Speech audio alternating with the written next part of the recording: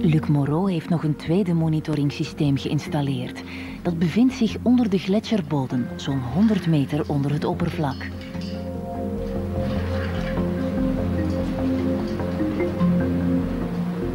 Hij heeft een ordinair fietswiel aan een houten plank bevestigd om de stroomsnelheid van het gletsjerijs te meten. Een videocamera maakt om de 5 minuten een opname.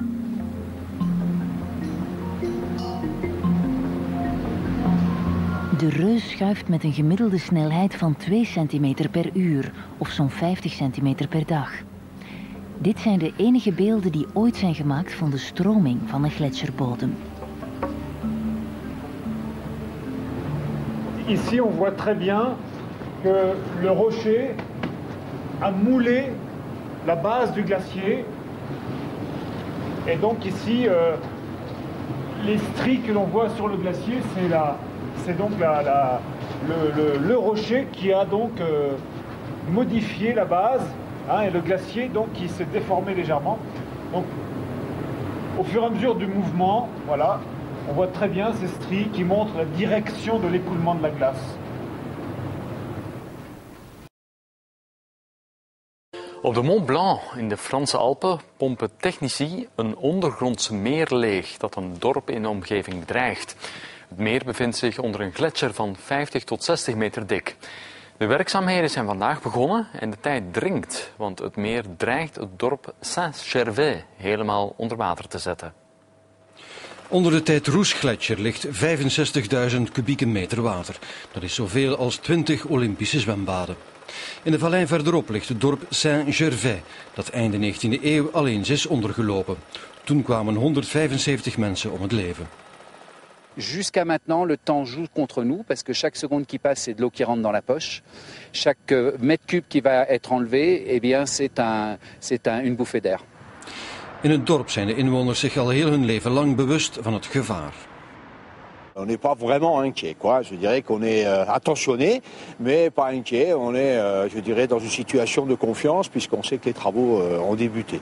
De werkzaamheden moeten afgerond zijn tegen half oktober, want dan wordt het gevaar op lawines te groot. Zo ziet een woeste stroom van puin eruit, zoals die van de Durmant. Blokken steen van duizenden kilo's die als waren het kleine keitjes worden voortgestuurd door een dikke modder. Het is een verschijnsel dat nog weinig bekend is en van heel nabij bestudeerd wordt.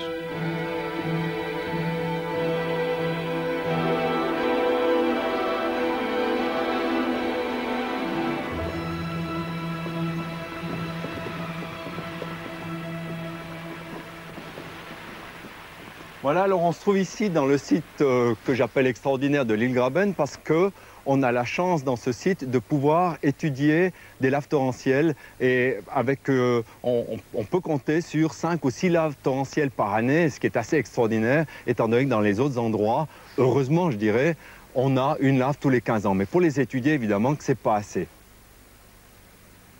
On voit ici aussi un côté intéressant, vous avez le lit actuel qui a au moins 15 mètres de profondeur, qui est un lit qui a été formé en l'espace d'une heure. L'ancien lit, il y a une année, était ici, où on voit très bien là, c'est un ancien lit, et en l'espace d'une heure, la lave torrentielle, par sa force, a pu changer de lit complètement. Donc, a pu combler ce lit de 15 mètres et faire celui-là en l'espace d'une lave torrentielle. Donc, on voit là la force extrêmement importante de ces laves, et donc aussi la puissance de destruction. Vous faites un lien, vous, entre la recrudescence de ces laves torrentielles et le réchauffement climatique ?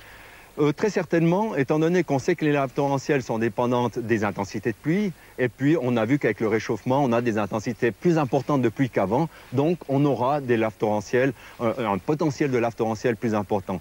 Maintenant, je ne dirais pas qu'on va tout d'un coup être inondé de laves torrentielles, mais c'est clair qu'on a un potentiel de danger qui va augmenter avec les intensités de pluie, parallèlement. Om de stromen te bestuderen heeft het instituut in de bedding van de stroom allerlei meetapparatuur geïnstalleerd. Zo kunnen ze de stroom filmen, wegen, meten en alarm slaan. Het waarschuwingssysteem treedt automatisch in werking zodra de grond begint te trillen door een puinstroom die op komst is. Je vous rappelle que là, il y a 10 mètres de large sur ce seuil. Donc le front, là, il a à peu près 3 mètres de haut. On peut envisager dans un événement beaucoup plus important un front de 10 mètres et alors ça déborderait. Mais le principe est le même. Vous avez un liquide extrêmement dense et qui permet de porter ces blocs qui font entre 10 et 20 tonnes, donc ce qui est énorme, hein, c'est des blocs énormes. Cette lave, elle fait un bruit, mais d'enfer, hein. Quand vous êtes à côté, vous avez l'impression que c'est la fin du monde. C'est extrêmement impressionnant. L'effet est dévastateur, j'imagine. Ah, absolument, donc c'est clair que si par hasard une lave torrentielle comme ça déborde, rien ne lui résiste. Donc on peut pas, il n'y aura qu'une énorme digue de 10 à 20 mètres de haut qui pourrait la dévier, mais pas la lui résister. Donc c'est clair que si on arrive sur un village, ça serait une catastrophe.